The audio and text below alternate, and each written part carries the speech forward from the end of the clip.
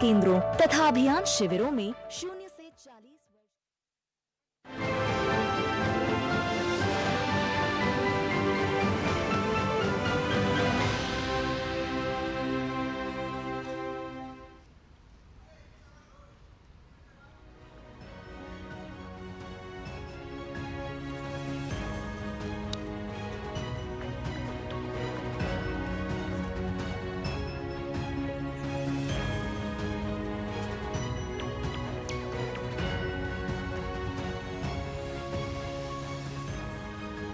नमस्कार, आप सभी का स्वागत हमारी इस खास पेशकश में। जी हाँ, राष्ट्रपति के अभिभाषण पर विशेष कार्यक्रम आप देख रहे हैं। अब से कुछ देर बाद राष्ट्रपति का अभिभाषण होगा, यानी जब हमारे अलग अलग जो सदन है उनकी संयुक्त बैठक होगी उसमें राष्ट्रपति का अभिभाषण होता है। और आज का दिन जो है वो काफ़ी महत्वपूर्ण रहने वाला है, क्योंकि आज राष्ट्रपति अपने अभिभाषण में कहीं ना कहीं जो रोड मैप है वो पेश करती हुई नजर आएंगी और उसके बाद जो सत्तारूढ़ सरकार है दोनों सदनों में धन्यवाद प्रस्ताव पेश करेगी।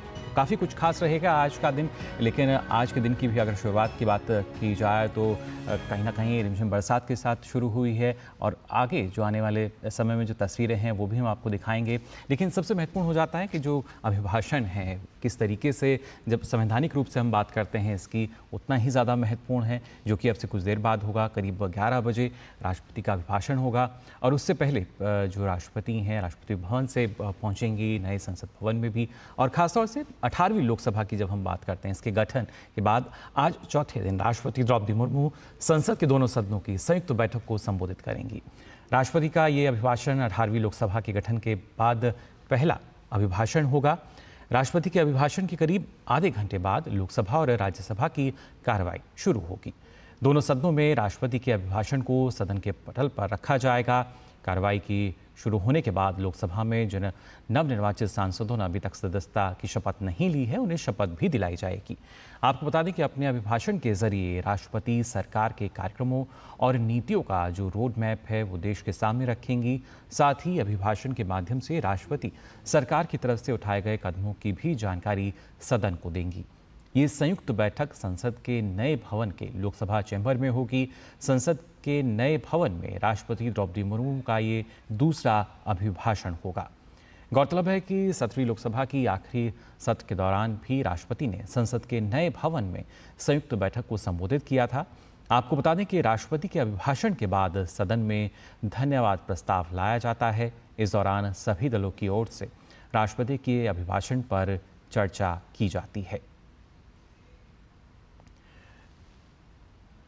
तो दोनों सदनों की जो संयुक्त बैठक है वो होगी और उसी के लिए जो राष्ट्रपति का अभिभाषण है वो हमें देखने को मिलेगा।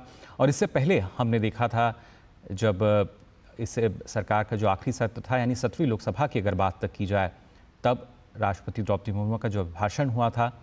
और आज अब इस नई सरकार यानी 18वीं लोकसभा की अगर बात तक की जाए तो इसकी संयुक्त बैठक को संबोधित करेंगी राष्ट्रपति अब से कुछ देर बाद। लगातार अगर बात करें सरकार की जो नीतियां रही हैं, ना सिर्फ अभी तक जो नीतियां रही हैं किस तरीके से वो कारगर रही हैं, बल्कि आने वाले समय में भी अगर सरकार की जो नीतियां हैं या रोड मैप की बात की जाए वो किस तरह का रहा है। और सरकार के गठन से लेके अब तक का जो समय है, इन दिनों की अगर खास तौर से बात की जाए तो यहाँ भी किस तरीके से सरकार जो है वो लगातार अलग अलग अभी तक जो कदम उठाए गए हैं, किस तरह का वो लेखा जोखा रहा है, शायद उसकी भी झलक जो है वो हमें अभिभाषण में नज़र आए। और अपने आप में काफ़ी महत्वपूर्ण होता है कि जो देश की जनता है वो जानती है कि किस तरीके से देश के विकास का जो रोड मैप है, जो नीतियाँ हैं सरकार की, वो किस तरह की रहने वाली हैं, या अब से पहले जो नीतियाँ रही हैं वो कितनी कारगर रही हैं, कितना लाभ उनके ज़रिए देश को मिला है। तो इस पर अब से कुछ देर बाद राष्ट्रपति का अभिभाषण होगा, जिसमें सीधे तौर पर ना सिर्फ सरकार की नीतियां, जो रोड मैप है वो पटल पर रखती हुई नजर आएंगी यहाँ पर। और उसके बाद जो परंपरा है, संवैधानिक परंपरा, सत्तारूढ़ दल जो हैं वो धन्यवाद प्रस्ताव रखेंगे। अभी की जो तस्वीरें हैं आपको हम दिखाएंगे कुछ देर बाद, लेकिन उससे पहले अगर बात की जाए अभिभाषण की, किस तरीके से जो यहाँ संविधान में राष्ट्रपति की ओर से संसद के दोनों सदनों में अभिभाषण का जो उपबंध राज्याध्यक्ष की ओर से संसद के समक्ष अभिभाषण का बंद साल 1921 से लागू है। संविधान में राष्ट्रपति की ओर से संसद के दोनों सदनों में जो अभिभाषण का उपबंध है और राज्याध्यक्छ की ओर से संसद के समक्ष अभिभाषण का उपबंध साल 1921 से लागू है। संविधान के अनुच्छेद 86(1) के अंतर्गत होता है जो राष्ट्रपति का अभिभाषण होगा।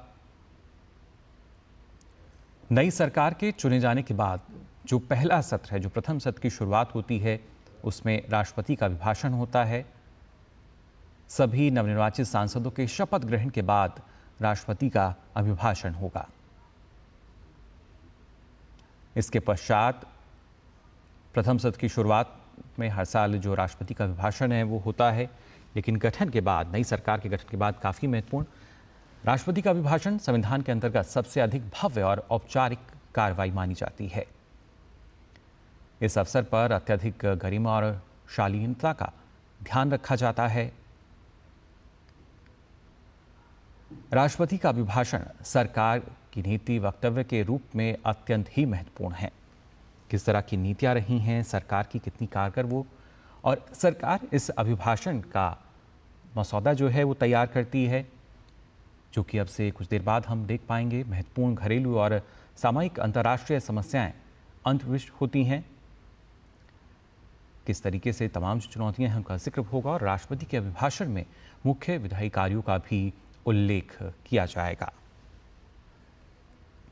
राष्ट्रपति के अभिभाषण के बाद दोनों सदनों में जो धन्यवाद प्रस्ताव है वो रखा जाता है सत्तारूढ़ दल द्वारा, और उसके बाद धन्यवाद प्रस्ताव पर दोनों सदनों में चर्चा की जाती है। और हमारे संवाददाता शैलेंद्र मिश्र फिलहाल हमारे साथ जुड़ चुके हैं। शैलेंद्र, जानना चाहेंगे आपसे, अब से कुछ देर बाद जो राष्ट्रपति का अभिभाषण है वो होगा, लेकिन जिस तरीके से अगर बात की जाए, क्योंकि सरकार की अभी तक की जो नीतियां रही हैं, नई सरकार के गठन से लेकर आज के दिन तक की अगर बात की जाए, तो इन चंद दिनों में भी हम देख रहे हैं कि कई शायद उपलब्धियां जो हैं वो जुड़ती हुई नजर आ रही हैं। देखिए मुकुल, मैं डीडी न्यूज के जरिए देश के दर्शकों को बताना चाहूंगा कि अगर आप संसद सत्र को देखें तो कुल मिलाकर देखें तो 3 सत्र होते हैं। बजट सत्र होता है जिसमें 2 चरण होते हैं, फिर मानसून सत्र होता है और फिर शीतकालीन यानी जाड़े का सत्र होता है। लेकिन जब नई लोकसभा का गठन होता है उसके बाद जो पहला सत्र बुलाया जाता है उसमें हम जानते हैं कि राष्ट्रपति का भाषण होता है और साथ ही साथ हर साल जब पहला सत्र बुलाया जाता है तो ये आज हम देखेंगे 11 बजे राष्ट्रपति द्रौपदी मुर्मू का अभिभाषण संसद के दोनों सदनों की जो संयुक्त बैठक है जिसमें लोकसभा और राज्यसभा के सांसद एक साथ बैठेंगे। और जब हम जानते हैं कि ये नया संसद भवन है और इसमें लोकसभा में ये पूरा प्रसारण आप देखेंगे, तो ये बहुत महत्वपूर्ण इसलिए है कि नई सरकार के गठन के बाद 5 वर्षों में सरकार की नीतियों की क्या रूपरेखा रहने वाली है, सरकार किस दिशा में आगे बढ़ने जा रही है, विकास लक्ष्यों के साथ, सामाजिक कल्याण के एजेंडे के साथ, या फिर तमाम जो सरकार की नीति है अलग अलग क्षेत्रों में, उसकी एक झलक राष्ट्रपति के भाषण से मिलती है कि अगली दिशा क्या रहने वाली है। आप देखिए बहुत इंतजार होता है जिस तरह से बजट का लोगों का, उसी तरह से राष्ट्रपति के भाषण का इंतजार इसलिए होता है कि उसमें सरकार की एक दिशा दिखाई देती है, जो पूर्व में उपलब्धियां रही हैं उसका एक जिक्र होता है, जो उल्लेखनीय सफलताएं रही हैं उसका जिक्र होता है, अर्थव्यवस्था किस तरह से आगे बढ़ेगी, अलग अलग सेक्टर्स में क्या उपलब्धियां रही हैं उसका जिक्र होता है, और एक संकेत होता है कि कौन से कदम उठाए जा सकते हैं। तो हम पूरा एक लेखा जोखा एक तरह से देखते हैं और एक उसको लेकर एक फिर मीडिया चर्चा करता है कि सरकार क्या कदम उठा सकती है, क्या नीति रहने वाली है। तो वो एक पूरा एक रूपरेखा आज हम राष्ट्रपति के भाषण से देखेंगे और निश्चित तौर पर बहुत महत्वपूर्ण दिन है आज। हम जानते हैं कि 18वीं लोकसभा के गठन के बाद जो शपथ ग्रहण की प्रक्रिया है सांसदों की वो तकरीबन पूरी हो गई है। आज जरूर कुछ जो सांसद शपथ नहीं ले पाए थे वो लोकसभा में शपथ लेंगे, लेकिन उससे पहले ये संयुक्त बैठक होगी जिसमें हम देखेंगे कि राष्ट्रपति का भाषण होगा। जहां तक अभिभाषण पर धन्यवाद प्रस्ताव आता है, हम जानते हैं कि कल वो लोकसभा में और फिर राज्यसभा में लाया जाएगा। 3 जुलाई तक ये सत्र बुलाया गया है, जिसमें हम देखेंगे कि दोनों सदनों में राष्ट्रपति के भाषण पर धन्यवाद प्रस्ताव पर चर्चा होगी और उसका जवाब प्रधानमंत्री नरेंद्र मोदी की तरफ से दिया जाएगा। जी बिल्कुल, कुछ कहना चाह रहे थे जी। जैसे आप बता रहे थे कि कुछ जो सांसद अभी बचे हुए हैं जिनको शपथ लेनी होगी,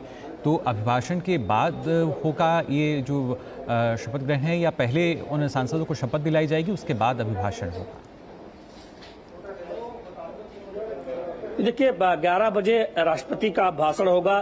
संसद के दोनों सदनों यानी लोकसभा और राज्यसभा की जो संयुक्त बैठक है जो लोकसभा में होगी उसमें, उसके बाद हम देखेंगे कि जब राष्ट्रपति का भाषण खत्म हो जाएगा, आधे घंटे बाद लोकसभा और राज्यसभा की कार्रवाई अलग से शुरू होगी। हम जानते हैं कि राज्यसभा आज पहले दिन इस सत्र में बैठ रही है। इससे पहले हमने देखा कि 2 दिन शपथ दिलाई गई थी नए नवनिर्वाचित सांसदों को, फिर लोकसभा अध्यक्ष का चुनाव हुआ था।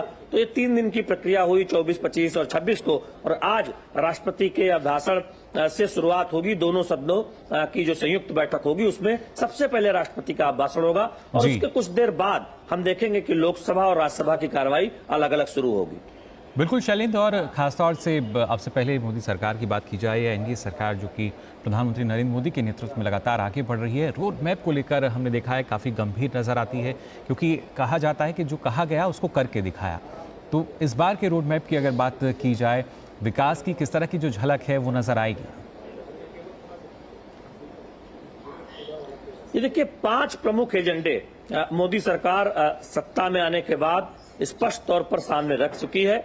किसान, युवा, गरीब, वंचित वर्ग और किस तरह से आर्थिक विकास पर दुनिया की बड़ी ताकत बनना है। हम जानते हैं कि विकसित भारत का जो लक्ष्य है वो हासिल करने के लिए प्रधानमंत्री नरेंद्र मोदी तिगुनी रफ्तार से काम करने की बात कह चुके हैं। जब संसद सत्र की शुरुआत होने जा रही थी तो प्रधानमंत्री ने कहा कि ये दूसरी बार ऐसा हुआ है कि लगातार 3 बार कोई गठबंधन पार्टी सत्ता में आई है, तो तिगुनी रफ्तार से काम होगा। ये स्पष्ट हो गया है विकसित भारत बनाने के लिए। और हम जानते हैं कि जो पहला ही कामकाज प्रधानमंत्री नरेंद्र मोदी ने कार्यभार ग्रहण करने के बाद किया था वो किसानों को किसान सम्मान निधि की किस्त जारी करने से जुड़ी जो फाइल थी उस पर दस्तखत प्रधानमंत्री नरेंद्र मोदी ने किया था। और वाराणसी, उनके अपने संसदीय क्षेत्र का जो पहला दौरा था 3री बार सांसद बनने के बाद, प्रधानमंत्री बनने के बाद, वहां से उस किस्त को देश भर के लोगों के लिए जारी किया था। और हम जानते हैं कि वहां एक कृषि सखी की एक योजना भी शुरू की गई ड्रोन सखी के तर्ज पर, तो वो आगे बढ़ाएगी। तो उससे एक बहुत स्पष्ट संकेत है कि मोदी सरकार किसानों के कल्याण के लिए, हम जानते हैं कि रबी की फसल की एमएसपी भी बढ़ाई गई है, कैबिनेट ने उसको मंजूरी दी है, तो वो एक फैसला। आप शुरू के फैसलों को देखें तो किसानों के कल्याण की प्राथमिकता स्पष्ट तौर पर नजर आती है। एक और फैसला है गरीबों को घर देने का। हम जानते हैं कि सभी को घर हो, इसके लिए 2014 के बाद काम शुरू हुआ और बड़ी संख्या में करोड़ों 3 करोड़ कुछ लाख घर बनाए गए। अब आगे मोदी सरकार ने नए घर देने के लिए जो योजना मंजूर की है अगले 5 वर्षों में, उस पर आगे बढ़े जाने की बात है। कैबिनेट को उसकी मंजूरी मिल चुकी है। तो गरीबों को आवास मिले, सिर्फ ग्रामीण स्तर पर नहीं, शहरी गरीबों को भी आवास मिले, उस योजना को और विस्तार दिया गया। हमने देखा है कि करोड़ों लोगों को उसका लाभ मिला है। और इसमें महिला, जो हम 5वीं बात कर रहे थे कि महिला सशक्तिकरण पर बहुत काम हुआ है। ये घर जी बिल्कुल, ये अलग अलग उनको प्रमुख कारक अहम मुद्दे मजबूत बनाया जा रहा है। जी बिल्कुल शैलेंद्र, इन पर भी आपसे मैं आगे जानकारी लूंगा। फिलहाल हमारे संवाददाता ऋषि भी हमारे साथ जुड़ चुके हैं। ऋषि, जानना चाहेंगे आपसे, क्योंकि जिस तरीके से अभी शैलेंद्र बता रहे थे कि शुरुआती तौर पर ही किसानों के भविष्य के लिए, उनके लिए अगर बात की जाए कैसे उनको और हम आर्थिक रूप से मजबूती दे सकते हैं, गरीबों को आवास की बात भी की गई। और इसी कड़ी में अगर शुरुआती 15 दिनों की बात करें तो सबसे ऊंचे रेलवे ब्रिज की अगर चुनाव की हम बात करें या इसके साथ साथ नालंदा विश्वविद्यालय की बात की जाए, तो ये तमाम उपलब्धियां जो शायद शुरुआत के ही 15 दिनों में जुड़ती हुई नजर आ रही हैं।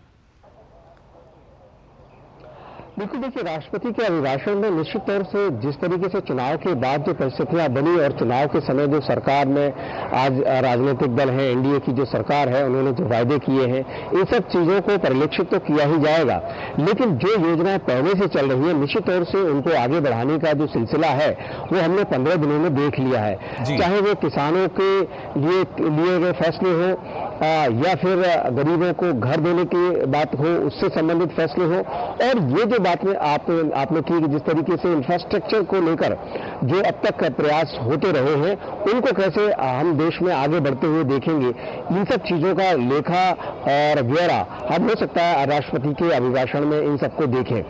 लेकिन इसके अलावा जो अगले 5 साल का जो लेखा जोखा होगा उसमें जो प्राथमिकताएं हैं उनको और ज्यादा मुझे लगता है विस्तारित किए जाने की संभावनाएं हैं, क्योंकि जिस तरीके से शैलेंद्र भी बता रहे थे कि जो 5 बिंदु हैं उनको ये सरकार सबके सामने ला चुकी है कि उनकी वो प्राथमिकता में है, जिसमें युवा हैं, महिला हैं, गरीब हैं और दिव्यांग हैं, इन सब चीजों को जो कि उनकी प्राथमिकताओं में जो चीजें हैं उनको आगे बढ़ाने के साथ साथ मुझे लगता है कि जो संसाधनों का जो विस्तार है, क्योंकि विकसित राष्ट्र का जो संकल्प इस सरकार ने लिया है, तीसरी बार ये सरकार लगातार बन रही है एनडीए के रूप में, तो ऐसे में उन लक्ष्यों को चूंकि हमें संरचनात्मक रूप से जो मजबूत आगे बढ़ाने की उसको भी आगे ले जाना है।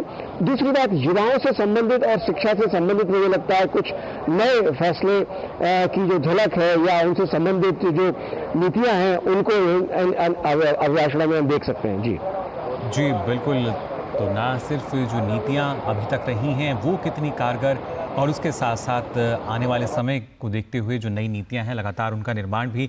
शैलेंद्र, आपसे भी जानना चाहेंगे क्योंकि ना सिर्फ ये 5 अहम बिंदु बल्कि इसके साथ साथ अगर देखा जाए तो 3.0 में हम देख सकते हैं जो विकसित भारत का एक लक्ष्य है उसकी तरफ शायद प्रयास होगा कि और तेजी के साथ हम आगे बढ़ सकें। देखिए, विकसित भारत का जो लक्ष्य है उसे हासिल करने के लिए प्राथमिकताएं बिल्कुल स्पष्ट तौर पर सामने आएंगी। प्राथमिकता क्या है? तेज आर्थिक विकास हो। दुनिया की सबसे तेजी से बढ़ती हुई अर्थव्यवस्था हम बन चुके हैं, हम सबसे बड़ी आर्थिक महाशक्ति बने, उसके लिए एक लक्ष्य रखा गया है। 5वीं से तीसरी हम किस तरह से दुनिया की सबसे बड़ी अर्थव्यवस्था बने, लेकिन वो अर्थव्यवस्था कैसे बनेंगे उसका एक रोड मैप आप देख सकते हैं इस अभिभाषण में, वो इशारा किया जा सकता है। संरचनात्मक सुधार एक प्रक्रिया है जिसको तेजी मोदी सरकार ने दी है, जिसमें आत्मनिर्भर भारत यानी हम आयात पर निर्भर न होके ज्यादा से ज्यादा उत्पादन करें, जो हम उत्पादन पहले नहीं करते थे। कृषि में तो हम जानते हैं कि हमारा ग्रोथ बढ़िया हुआ है, हम एक्सपोर्ट कर रहे हैं, लेकिन डिफेंस में हमने देखा है कि पहली बार ऐसा हुआ है कि भारत अब निर्यात करने की स्थिति में आया है। डिफेंस साजो सामान जिसे कहते हैं, रक्षा से जुड़े साजो सामान, जिससे हजारों करोड़ की भविष्य में बचत होने वाली है आयात के तौर पर। दूसरी बात आप देखें कि वो एक मुद्दा है। दूसरी बात यह है कि आप देखें कि आप हवाई जहाज के कलपुर्जे बनाने में देखें, HAL का जो कायाकल्प हुआ, कैसे उन सेक्टर्स में अब हम आगे बढ़ रहे हैं जहां हम पूरी तरह से ये मानते थे कि दुनिया के विकसित देशों से हम आयात करना ही हमारे पास विकल्प है, लेकिन अब स्थितियां बदल रही हैं। जो PLI स्कीम है, जिसे हम कहते हैं प्रोडक्शन लिंक इंसेंटिव स्कीम, वो अलग अलग सेक्टर्स में लागू हुई है। वो कपड़ा क्षेत्र में भी लागू हुई, इससे ज्यादा रोजगार पैदा हो, वो इलेक्ट्रॉनिक्स में लागू हुई है। आज हम देख रहे हैं कि मोबाइल की जो मैन्युफैक्चरिंग है, जो असेंबलिंग है, जो कलपुर्जों का जो निर्माण है, वो बड़ी संख्या में भारत में हो रहा है और भारत अब अग्रणी देशों में शामिल हो गया है। आप देखें तमिलनाडु की चेन्नई हो या फिर उत्तर प्रदेश का ग्रेटर नोएडा हो, वो उसमें अग्रणी भूमिका निभाता हुआ दिखाई दे रहा है। तो ये एक बहुत बड़ा बदलाव है कि हम उन सेक्टर्स में अब आगे आ रहे हैं जहां हम विकसित देशों पर आयात पर वहां से निर्भर थे। तो ये एक बड़ी बात है कि हम दुनिया को निर्यात की स्थिति में ऐसे साजो सामान के मामले में सामने आ रहे हैं जिसका हम पूरी तरह से आयात करते थे। तीसरी बात यह है कि विकसित भारत का सपना जो है वो सिर्फ आर्थिक विकास को आगे करके नहीं पूरा हो सकता। इस बात को मोदी सरकार बखूबी समझती है, यानी सामाजिक कल्याण की योजनाएं उनको मजबूती देनी होगी। 5 साल मुफ्त अनाज की योजना आगे बढ़ेगी, इसका ऐलान पहले ही किया जा चुका है, कैबिनेट की मंजूरी हो चुकी है। यानी 5 साल ये सुनिश्चित किया जाएगा कि कोई भूखा न सोए, मुफ्त अनाज 5 किलो प्रति व्यक्ति मिलता रहे, एक परिवार 25 किलो तक, और अंत्योदय के तहत 35 किलो तक प्रति परिवार। तो वो योजना अगले 5 साल तक जारी रहेगी। गेहूं और चावल मिलता है, हम सब जानते हैं। पीडीएस का जब पुराना जो ढांचा था उसमें 2 रुपए और 3 रुपए देना पड़ता था, अब मुफ्त मिलता है। कोरोना में हमने अतिरिक्त अनाज देखा। ये दुनिया ने सराहा कि भारत ने इतनी बड़ी योजना 80 करोड़ लोगों के लिए लागू की। बिल्कुल, लगातार जो दुनिया है वो सराह रही है भारत को।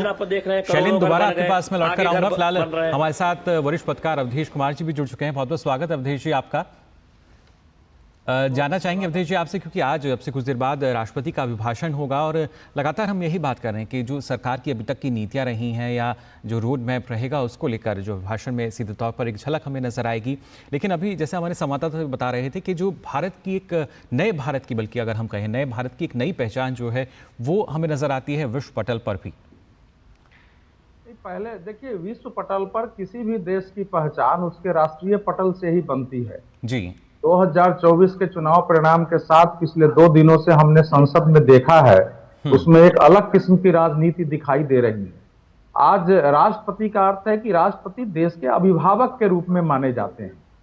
अभिभावक का अर्थ है जब संसद का संयुक्त सत्र हो रहा है तो एक प्रकार से वो देश के वर्तमान भविष्य का की एक रूपरेखा रखते हैं। सामान्यतः माना जाता है वो सरकार की नीति है। सरकार की नीति का मतलब देश की नीति है। उसके बाद उस पर बहस होती है। तो विपक्ष की भूमिका ये रहनी चाहिए थी कि हम सरकार का तो विरोध करते हैं, जिस मुद्दे पर हमारा उनसे सहमति नहीं है उसका विरोध करें, सरकार को घेरे, दबाव डाले, लेकिन राष्ट्रपति के अभिभाषण के बहिष्कार करना, राष्ट्रपति के बारे में कहना कि सरकार जो गलतियां कर रही है वो राष्ट्रपति भी उसमें सहभागी है, ये बहुत चिंताजनक है, दुर्भाग्यपूर्ण है। आम आदमी पार्टी ने घोषणा कर दिया है कि हम राष्ट्रपति के अभिभाषण में शामिल नहीं होंगे। शिवसेना उद्धव ठाकरे ने घोषणा कर दिया है। संजय राउत जी ने कहा है कि राष्ट्रपति सरकार जो कुछ भी गैर संवैधानिक काम कर रही है, अलोकतांत्रिक कर रही है, उस सब में वो भी सहभागी है जी। तो ये तो बहुत चिंताजनक है। विश्व पटल पर हमारी छवि जो भी बनी है, इस समय दुनिया भारत की ओर देख रही है, हमारी एक प्रभावी भूमिका है, हमारी अर्थव्यवस्था दुनिया में सबसे तेज गति से बढ़ रही है, सब कुछ ठीक है, लेकिन देश की राजनीति में राष्ट्रपति के अभिभाषण को लेकर और राष्ट्रपति के पर्सनल अटैक करना, ये जो शुरुआत हुई है, ये तो राष्ट्रपति के अभिभाषण का भी कभी कभी बहिष्कार हुआ है जी। लेकिन राष्ट्रपति को यह कहना कि राष्ट्रपति सरकार की अलोकतांत्रिक कदमों में और सरकार के एकाधिकारवादी कदमों में, उनके गलतियों में राष्ट्रपति शामिल है, उनको सरकार का भाग, दलीय राजनीति का भाग बना देना, ये बहुत डरावना है। ये भारत की राजनीति किस दिशा में जाएगी अगर इस प्रकार के संघर्ष हो गए, देश के संवैधानिक पदों को इस प्रकार से विवाद में घसीटा एक हम कह सकते हैं नकारात्मक स्थिति सीधे तौर पे नजर आती है। ऋषि, जिस तरीके से अवधेश जिक्र कर रहे थे कि जो राजनीतिक दल हैं वो ना तो शायद राष्ट्रपति पद की जो गरिमा है उसका ख्याल रख रहे हैं और उसके साथ साथ जो संवैधानिक मर्यादा है वो तोड़ते नजर आते हैं। देखिए, जहाँ तक विपक्ष की बात करें तो हमने देखा है कि इस बार चूंकि विपक्ष को कुछ जनता का समर्थन मिला है पिछले चुनाव की तुलना में, तो उनकी तरफ से कुछ उत्साह अति उत्साह के रूप में बदलता हुआ दिखाई दे रहा है। अब जिस तरीके की खबरें, अगर कुछ चर्चाएं इस बात की हो रही है कि अभिभाषण में कौन शामिल होगा कौन नहीं होगा, ये बहुत दुर्भाग्यपूर्ण है, क्योंकि राष्ट्रपति के अभिभाषण, क्योंकि चुनाव के बाद ये पहला अभिभाषण है और ये हमारी संवैधानिक जरूरतों को पूरा करने वाला अभिभाषण है और इसमें राष्ट्रपति पूरे सरकार की मुखिया के तौर पर पूरे 5 साल का जो लेखा जोखा है, किस दिशा में सरकार काम करेगी, उसका एक ब्यौरा अपने अभिभाषण में रखेंगी। निश्चित तौर से विपक्ष को इस बात में मंथन करना होगा कि एक सकारात्मक विपक्ष के तौर पर वो कैसे संसद में अपनी भूमिका को सुनिश्चित करना चाहता है, क्योंकि बहुत सारे दल इस चुनाव में अगर उन्हें जनता का समर्थन मिला है तो बहुत सारे दलों को उनकी आशाएं थी, उम्मीदें थी, उनको उतना समर्थन विपक्ष के दलों को नहीं भी मिला है। तो इन सब चीजों का विश्लेषण विपक्ष को करना होगा। उसी आधार पर मुझे देखना होगा कि आज क्या स्थिति बनती है और क्या राष्ट्रपति के अभिभाषण के बाद जो चर्चाएं होती हैं उसमें किस तरीके से विपक्ष भाग लेगा, ये देखना होगा जी। जी बिल्कुल बिल्कुल ऋषि, बहुत बहुत शुक्रिया आपका फिलहाल हमारे साथ जुड़ने के लिए। और अवधेश जी, शैलेंद्र हमारे संवाददाता जो हैं, आप दोनों हम लगातार हमारे साथ बने रहिए। आपसे लगातार जो अपडेट्स है वो भी हम ले रहे हैं कि किस तरीके से रहता है शैलेंद्र। लेकिन जिस तरीके से अभी हम बात कर रहे हैं कि जो राजनीतिक दल है और खासतौर से आम आदमी पार्टी का नाम इसमें आ रहा है कि वो बॉयकॉट करने की बात कर रहे हैं राष्ट्रपति के अभिभाषण को। और जब हम अगर 17वीं लोकसभा की भी बात की जाए, जो सरकार थी इससे पहले, तो वहाँ भी इस तरह की हरकतें जो हैं वो की जाती थी। क्या माना जाए, लगातार संवैधानिक मर्यादा को खत्म किया जाता है? जी देखिए, राष्ट्रपति के भाषण का किसी भी राजनीतिक दल द्वारा बाइकआउट करने का ऐलान करना ये स्वस्थ परंपरा नहीं है। आपको उस अभिभाषण में कुछ बिंदुओं पर अपनी बात रखनी है, सरकार का विरोध करना है, तो उसके लिए संसदीय परंपरा में मंच है। धन्यवाद प्रस्ताव पर चर्चा होती है तो पूरा मौका सभी प्रमुख दलों के नेताओं को मिलता है कि वो सरकार की नीतियों का आलोचना कर सकें, उस नीतियों के बारे में अपनी असहमति जता सकें, अपने बिंदुवार विश्लेषण कर सकें, बता सकें कि वो किस बात से लेकर सरकार के विरोध में है। इसका मतलब ये नहीं है कि आप राष्ट्रपति के भाषण के संयुक्त दोनों सदनों के संयुक्त बैठक का बाइकआउट करने का फैसला करें। ये कतई स्वस्थ परंपरा नहीं है। और कल हमने देखा कि जब कुछ सांसद हंगामा करने का प्रयास कर रहे थे, तब लोकसभा अध्यक्ष ने कहा भी कि आप सबको खूब मौका मिलेगा धन्यवाद प्रस्ताव में अपनी बात रखने का। और हम जानते हैं कि संसदीय परंपरा में आप देखें कि प्रश्नकाल में प्रश्न पूछने का मौका मिलता है, शून्यकाल में मुद्दे उठाने का मौका मिलता है। किसी विषय विशेष पर अगर आप चाहते हैं कि चर्चा हो तो उस पर शॉर्ट ड्यूरेशन डिस्कशन, जिसे अल्पकालिक चर्चा कहते हैं, या फिर एक काम रोको प्रस्ताव, बहुत ही गंभीर मुद्दे पर जिसमें ऐसा लगता है कि किसी अन्य काम से पहले वो काम आए जी, तो वो बहुत तरीके हैं। ये आम आदमी पार्टी का जो फैसला है वो निश्चित तौर पर दुर्भाग्यपूर्ण है। सब लोग ये जानते हैं कि इस तरह के फैसले स्वस्थ लोकतंत्र की प्रक्रिया के लिए ठीक नहीं है। और दूसरी बात यह है कि इसी संसदीय परंपरा में हमने देखा है कि एकमात्र दल वाले सांसद को, यानी एक सांसद को, जो सिर्फ जिसका दल का सिर्फ एकमात्र सांसद है, उसे भी भरपूर मौका लोकसभा अध्यक्ष पीठासीन ने दिया है। और उसकी व्यवस्था भी है कि कई बार तो हुआ है कि 6 बजे अलग से मौका देने के लिए समय दिया जाता है। जो कार्रवाई है वो लंबी भी हो जाती है। जताना चाहते हैं आप इससे पहले कि बिल्कुल इससे पहले कि भाषण शुरू हो या भाषण में क्या कुछ कहा जाएगा वो अभी भविष्य के गर्भ में है। बिल्कुल, तो आप पहले ही अपना स्टैंड क्लियर कर रहे हैं। और ऐसे समय में जब आपके एक सांसद अवधेश जी से भी यहाँ जानकारी ले लेते हैं। अवधेश जी, जिस तरीके आपने बताया कि काफ़ी दुखद है ये स्थिति, और अब से पहले अगर देखा जाए आपके जो राज्यसभा सदस्य थे संजय सिंह, उनका निलंबन हुआ था और वजह जो उस पर भी दी गई थी। लेकिन जब इस तरह का व्यवहार किया जाता है, क्योंकि उन्होंने खुद ये इस बात को कहा था कि लगभग 1 साल बाद वो संसद भवन पहुँचे हैं, लेकिन उसके बाद पार्टी जो है वो राष्ट्रपति अभिभाषण का बॉयकॉट करती है। क्या माना जाए इस तरह का जो व्यवहार है? देखिए, विपक्ष ने इस 18वीं लोकसभा के पहले शपथ ग्रहण के समय से ही एक संदेश दिया है कि हमारा कुल इरादा इस समय संसद चलाने या कार्रवाई से ज्यादा सरकार से टकराव प्रदर्शित करने का है।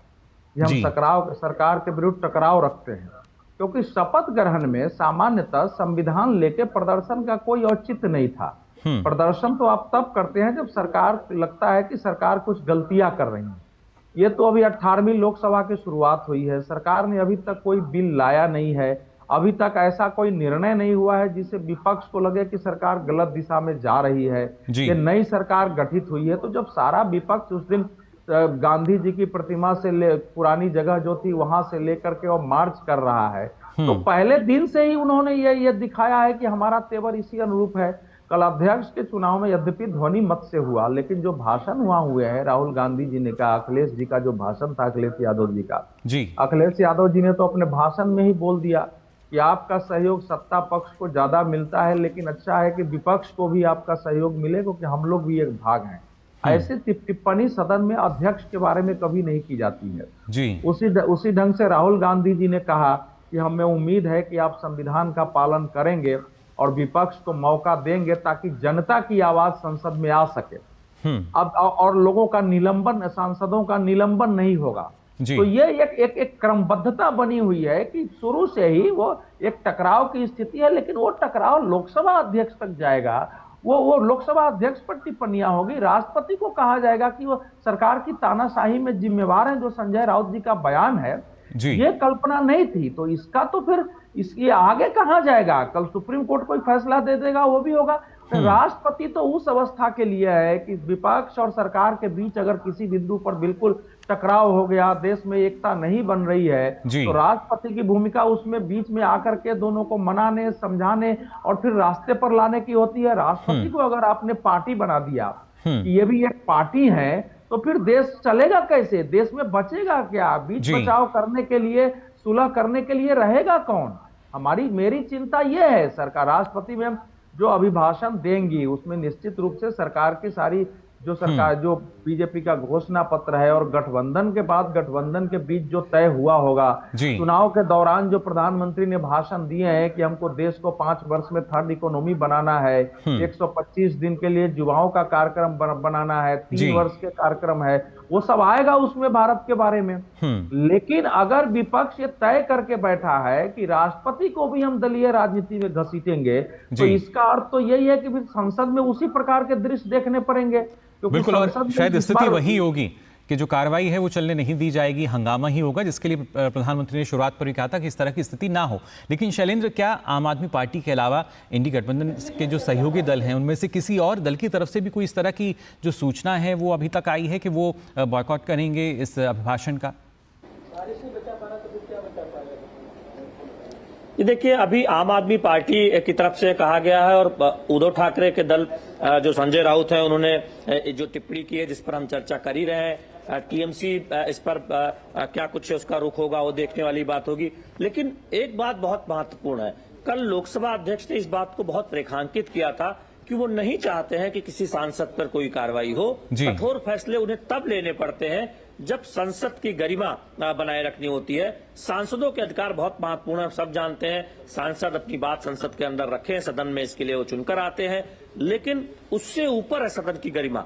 ये एक तरह से देखें तो लोकसभा अध्यक्ष कहना चाहते थे। तो आप उन पदों को दलीय राजनीति का हिस्सा बना देते हैं या फिर आरोप प्रत्यारोप का हिस्सा बना देते हैं, जो कतई एक परिपक्व राजनीतिक दल के नेता या फिर राजनीतिक दल का काम नहीं है। और हमने देखा है कोर्ट पर मनमाफिक फैसले न आने पर टिप्पणियां करना और फिर जब माफिक फैसले आना तो सत्य की जीत बताना, ये अपनी सुविधा के लिहाज से हाल के वर्षों में कांग्रेस पार्टी हो या आम आदमी पार्टी हो, ये दो दल मुख्य तौर पर इसलिए इनका नाम ले रहा हूं कि विपक्षी इन दलों ने इस तरह की राजनीति की है कि अगर उनके हिसाब से फैसला नहीं आता तो वो उस पर भी टिप्पणियां करने से हिचकते नहीं है, जो बिल्कुल ही किसी परिपक्व राजनीतिक दल के नेता के लिए उचित नहीं है। और ऐसा संसद सत्र के दौरान भी कई बार होते हुआ दिखा है कि पीठासीन पर आरोप लगाना या फिर कुछ ऐसी बात कहना कि वो मौका नहीं देते हैं। जबकि हमने देखा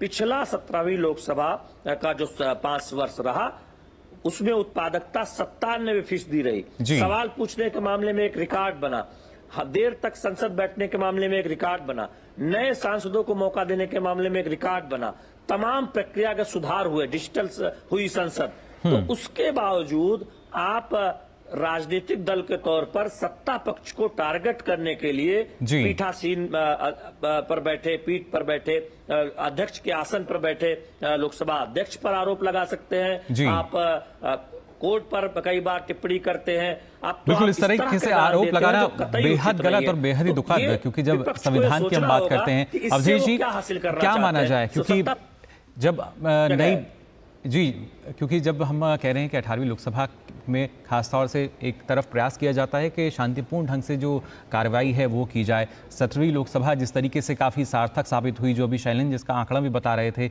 माना जा रहा है कि 18वीं भी ऐसी रहे। लेकिन जिसके शुरुआत में ही राष्ट्रपति के अभिभाषण पर भी अगर राजनीतिक दल बॉयकॉट करने लगेंगे, क्या माना जाए, कैसे फिर जो कार्रवाई है वो हो पाएगी? नहीं, इस समय विपक्ष कार्रवाई के या सरकार को ठीक से चलने देने के मन स्थिति में नहीं है। इस बार चुनाव में चूंकि कांग्रेस पार्टी को पिछले 2 चुनाव से ज्यादा सीट आई है, 99 आई है, समाजवादी पार्टी इतिहास में सबसे ज्यादा सीट की है, तृणमूल कांग्रेस है, तो सबके अंदर ये भाव है कि अगर हमने सरकार को झकझोरना जारी रखा, देश में ये वातावरण बनाया कि देश में लोकतंत्र खत्म हो रहा है, तानाशाही है, ये सरकार संविधान को खत्म कर रही है, जी। तो धीरे धीरे एक माहौल बनेगा, विपक्ष गठबंधन की सरकार गिर सकती है, फिर चुनाव होगा और फिर चुनाव होने के बाद हमारी सरकार बन सकती है, शायद ये सरकार जा सकती है। तो ये इस संभावना के तहत सारी चीजें की जा रही है। तो उसमें आपको बीच का कोई रास्ता निकलने का, उसमें कोई संभावना नहीं मुझे दिखाई देती है। थोड़े बहुत कल थोड़े समय के लिए एक अच्छा दृश्य दिखा था, जब अध्यक्ष के चुनाव के बाद राहुल गांधी जी भी उस परंपरा के लिए उठे और प्रधानमंत्री जी ने हाथ मिलाने के बाद उनको खुद आगे किया कि आइए उनको ले चलिए, वो लेके गए, फिर वहां उनको फिर आगे किया। तो वो एक कुछ 2-3 मिनट के लिए एक अच्छा दृश्य बना था जी। लेकिन वो मन स्थिति नहीं है इस समय विपक्ष की। ये मान के चल रहे हैं कि लोकसभा चुनाव अभी खत्म हो गया है, लेकिन हमको चुनावी मोड में ही रहना है। यानी अभी वही दिखावा अवधेश जी चल रहा है। हाँ, चुनावी मोड में रहना है और उसी ढंग से वातावरण बनाना है ताकि एक माहौल देश में बना रहे कि अस्थिरता है, ये सरकार कभी भी जा सकती है, हम सरकार से फाइट कर रहे हैं, ये संविधान खत्म करने वाली सरकार है, ये सारी चीजें, इसमें राष्ट्रपति भी सहभागी हैं। लोकसभा में तो हमारा कोई दोषी नहीं है, उसमें तो लोकसभा अध्यक्ष ही सरकार के साथ एक पूरा एक माहौल बनाने की कोशिश है कि देश में संवैधानिक व्यवस्था खत्म हो रही है। ये बहुत चिंताजनक है, बहुत खतरनाक भी है। बिल्कुल, और इस प्रकार की पॉलिटिक्स किसी के हित में नहीं होती है। जी बिल्कुल शैलेंद्र, अब तक हम विपक्ष जो है यही बात कहता था कि संविधान खतरे में है, लेकिन इस तरीके से जो अभी तक बायकॉट की बात की जाए या अभिभाषण को ना सुनना, उसमें ना आना, क्या माना जाए? जो खुद वो कह रहे हैं शायद उसी के लिए उसी को खुद सार्थक करते नजर आ रहे हैं। मुकुल देखिए, थोड़ा सा समय दे हमें तो हम बताएंगे कि तीसरी बार लगातार सत्ता में आने में असफल साबित हुई है कांग्रेस पार्टी और उनके सहयोगी दल। भारत की राजनीति में ऐसा 1962 के बाद कभी नहीं हुआ जब कोई दल तीसरी बार सत्ता में गठबंधन के साथ आया हो। इससे पहले आजादी के बाद हमने देखा था कि कांग्रेस पार्टी के नेता सत्ता में आए थे। तो ऐसे में 100 से नीचे संख्या रहने के बावजूद ये प्रदर्शित करना कि हमारी एक बड़ी नैतिक जीत हुई है, ये कांग्रेस पार्टी की एक रणनीति हो सकती है कि अपने कार्यकर्ताओं में उत्साह बनाए रखा जाए। राजनीतिक दल के तौर पर अपनी रणनीति को आगे बढ़ाना, आशावादी होना, कोई इसमें बुराई नहीं है, लेकिन अति आशावादी होना, अधीर होना, सत्ता पाने के लिए व्यग्र होना और उसके लिए झूठ का सहारा लेना या उसके लिए ऐसे नैरेटिव क्रिएट करने का प्रयास करना जो वास्तव में फेक नैरेटिव है या फिर वास्तव में जिसके पीछे कोई सच्चाई नहीं है। आप आरोप लगा सकते हैं सत्ता पक्ष पर और विपक्ष का ये काम भी है, लेकिन उसमें तथ्य होना चाहिए। पहले ही दिन हमने देखा कि जिस तरह से संविधान की कॉपी लेकर आए और जब कल आपातकाल पर एक प्रस्ताव आ रहा था तो कांग्रेस पार्टी के तमाम नेता, हालांकि इंडी गठबंधन के सहयोगी सपा और डीएमके का साथ उन्हें नहीं मिला और कई दलों का, उसके बावजूद हंगामा कर रहे थे। होना क्या चाहिए था कि वो उस वक्त उस प्रस्ताव के साथ होते। अगर बीजेपी, हमने देखा कि बाहर बीजेपी ने प्रदर्शन भी किया और कांग्रेस के परिपक्व नेता सामने आते और कहते कि हाँ, ये आपातकाल लगाना कांग्रेस की एक गलती थी, उसे मान लिया जाता, तब आप हम कह सकते हैं कि ये कहते कि आप संविधान की रक्षा के लिए बहुत चिंतित हैं। तो बजाय इसके आप जो कर रहे हैं वो ठीक उल्टा है, सिर्फ आप आरोप लगाकर भाग जा रहे हैं। यहां पर एक बात और कहना चाहूंगा कि इस बार 2 बार के बाद यानी 2014 और 2019 नेता विपक्ष का पद नहीं मिल पाया था कांग्रेस को, क्योंकि जरूरी संख्या नहीं थी। इस बार जरूरी संख्या आई है, राहुल गांधी नेता विपक्ष बने हैं, उनकी एक जिम्मेदारी भी है, क्योंकि उन पर एक आरोप लगता था कि सत्र के दौरान वो विदेश चले जाते हैं। उन पर यह आरोप लगता था कि वो कुछ पूछने के बाद उसका जवाब सुनने के लिए सदन के अंदर बैठते तक नहीं है, उठकर चले जाते हैं। और इसको लेकर सत्ता पक्ष बहुत आरोप लगाते था कि देखिए, संसद की कार्रवाई में भाग लेना एक परिपक्व और जिम्मेदार नेता का काम है, आप सिर्फ सवाल पूछकर बिना सुने उठकर जा नहीं सकते। अब तो नेता विपक्ष बन गए हैं तो उनको ये जिम्मेदारी तो निश्चित तौर पर एक मजबूरी भी होगी, लेकिन ये सवाल रहेगा कि कांग्रेस पार्टी राहुल गांधी की अगुवाई में किस तरह का रवैया आप संसद में अपनाने जा रही है, क्योंकि अब जिम्मेदारी भी उनकी बढ़ गई है। देश देखेगा कि आप नेता विपक्ष हैं तो सिर्फ आप सवाल पूछ के भाग नहीं सकते, और जो आप आरोप लगा रहे हैं उसके पीछे एक अच्छा रिसर्च होना चाहिए, एक आप कहें कि उसके पीछे सच्चाई होनी चाहिए। वरना आप सिर्फ आरोप लगाने के लिए आरोप लगाना, तो याद है राफेल में क्या हुआ था, सुप्रीम कोर्ट ने क्या कहा, और कई मामलों में किस तरह से एक तरह से माफी मांगनी पड़ी कांग्रेस के नेताओं को, या फिर राहुल गांधी को पीछे हटना पड़ा। जी, क्या वो जो जिस जिम्मेदारी का जिक्र हमारे संवाददाता यहाँ कर रहे हैं, क्या लगता है क्या राहुल गांधी उस जिम्मेदारी का निर्वहन करते हुए नजर आएंगे? देखिए, राहुल गांधी जी की अभी तक की जो राजनीति रही है, वो 2004 से वो सांसद हैं। जिम्मेवारी लेकर बहुत स्थिर होकर शांत चित्त से संतुलित होकर काम करने का परिचय उन्होंने अभी तक नहीं दिया है। यद्यपि इस देश की दूसरी सबसे बड़ी पार्टी के वो इस समय कहा जाए तो व्यवहार में शीर्ष नेता है। अध्यक्ष भले मल्लिकार्जुन खड़गे हैं या बाकी सोनिया गांधी जी भी हैं, लेकिन निर्णय सारा उनके द्वारा होता है। उनको एक बार अध्यक्ष का पद मिला था, 2019 में चुनाव के हारते ही उन्होंने अध्यक्ष पद छोड़ दिया था। चलिए, आपको यहाँ रोकना चाहेंगे, सीधी तस्वीरें अपने दर्शकों को दिखाते हैं। फिलहाल राष्ट्रपति भवन की इन तस्वीरों में आप